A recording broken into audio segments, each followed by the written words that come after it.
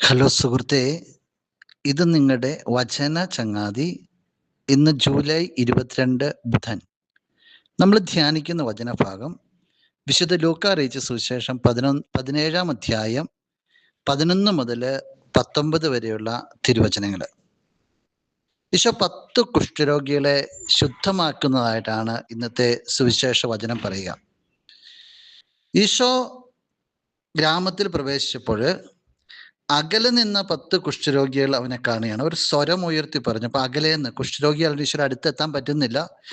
അകലേന്ന് അവർ കരഞ്ഞ് നിലവിളിക്കുകയാണ്, ഗുരു ഞങ്ങളിൽ കനിയണമേ. ഈശോ അകലെ നിന്ന് തന്നെ അവരോട് പറയാണ്, പോയി നിങ്ങളെ തന്നെ പുരോഹിതന്മാർക്ക് കാണിച്ചു കൊടുക്കുകയും. എന്തിനാ പുരോഹിതന്മാർ കാണിക്കുക? സൗഖ്യം കിട്ടിയതിന് ശേഷം സൗഖ്യം ഉറപ്പുവരുത്തുവാൻ വേണ്ടിയാണ് പുരോഹിതർക്ക് കാണിച്ചു കൊടുക്കുക. ഇവർക്ക് ഈശോയുടെ അടുത്തെത്താൻ പറ്റിയില്ല. ഈശോ ഇവർക്ക് വേണ്ടി വ്യക്തമായിട്ട് പ്രാർത്ഥിക്കുന്നില്ല, ഇവരെ സ്പർശിക്കുന്നില്ല, ഇവരെ ശിരസിൽ കരങ്ങൾ വെക്കുന്നില്ല. ഇവർ കരഞ്ഞ വഴി തന്നെ ഇവരോട് പറയാണ്, നിങ്ങൾ പോയി കാണിച്ചു കൊടുക്കുക. പക്ഷെ ഇവിടെ വചനം നമ്മളെ അത്ഭുതപ്പെടുത്തിക്കൊണ്ട് പോവുകയാണ്. അവർ പോകും വഴി അവർ സുഖം പ്രാപിച്ചു. സൗഖ്യം കിട്ടിയിട്ടില്ലേലും ഈശോയുടെ വചനത്തിൽ വിശ്വസിച്ചുള്ളൊരു യാത്രയാ. ആ യാത്ര ഫലപ്രദമായി തീരുക. ഇന്ന് അടയാളങ്ങളും അത്ഭുതങ്ങളും പ്രതീക്ഷിക്കുന്ന ഒരുപിടി ആളുകൾ നമുക്ക് ചുറ്റുമുണ്ട്.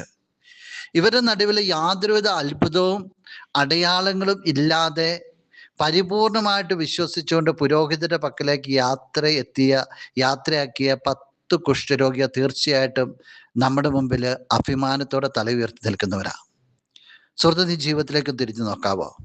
നീ പ്രശ്നങ്ങൾ ഉണ്ടാകുമ്പോൾ, നീ പ്രാർത്ഥിക്കുമ്പോൾ ഈശോ ഉത്തരം തരാത്തതിൽ ഒത്തിരി വിഷമിക്കാറില്ലേ? ഈശോയുടെ വാക്കിന് നീ എത്രത്തോളം വില കൊടുക്കുന്നുണ്ട്? ഈശോയുടെ നാമത്തിൽ എന്ത് ചോദിച്ചാൽ തരുമെന്നുള്ള വാക്കുണ്ട്. നിന്റെ സങ്കടങ്ങളെല്ലാം എടുത്തു മാറ്റും എന്നുള്ള ദൈവത്തിന്റെ വചനമാണ്. ഈ വചനങ്ങളെല്ലാം നിൽക്കുമ്പോൾ നീ ഈശോയുടെ പ്രവൃത്തിയിൽ നിന്നോട് കാണിക്കാൻ പോകുന്ന കാരുണ്യത്തിൽ എത്രത്തോളം വിശ്വസിക്കുന്നുണ്ട്? വിശ്വാസത്തിൽ മാത്രമല്ല ഈ വചനം നിർത്തുക. 10 പേര് സുഖം പ്രാപിച്ചപ്പോൾ 9 പേരും മടങ്ങി വന്നില്ല, ഒരുവൻ വന്നാണ് ഈശോയ്ക്ക് നന്ദി പറയുക. ഈശോ ചോദിക്കുന്ന ഒരു ചോദ്യമുണ്ട്, 10 പേരല്ലേ സുഖപ്പെട്ടത്, ബാക്കി 9 പേർ എവിടെ? ദൈവത്തോട് നന്ദിയുള്ളവരായി ജീവിക്കണം എന്നുള്ളൊരു സൂചന കർത്താവ് തരുന്നുണ്ട്. സുഹൃത്തെ, നിനക്കതുണ്ടായിരിക്കട്ടെ. നമുക്ക് പ്രാർത്ഥിക്കാം. എൻ്റെ സ്വർഗീയ ചങ്ങാതി, എന്നെ കേൾക്കുന്ന ഈ ചങ്ങാതിയെ സമർപ്പിക്കുകയാണ്. നിന്റെ വചനത്തെ പരിപൂർണമായിട്ട് വിശ്വസിക്കുവാനും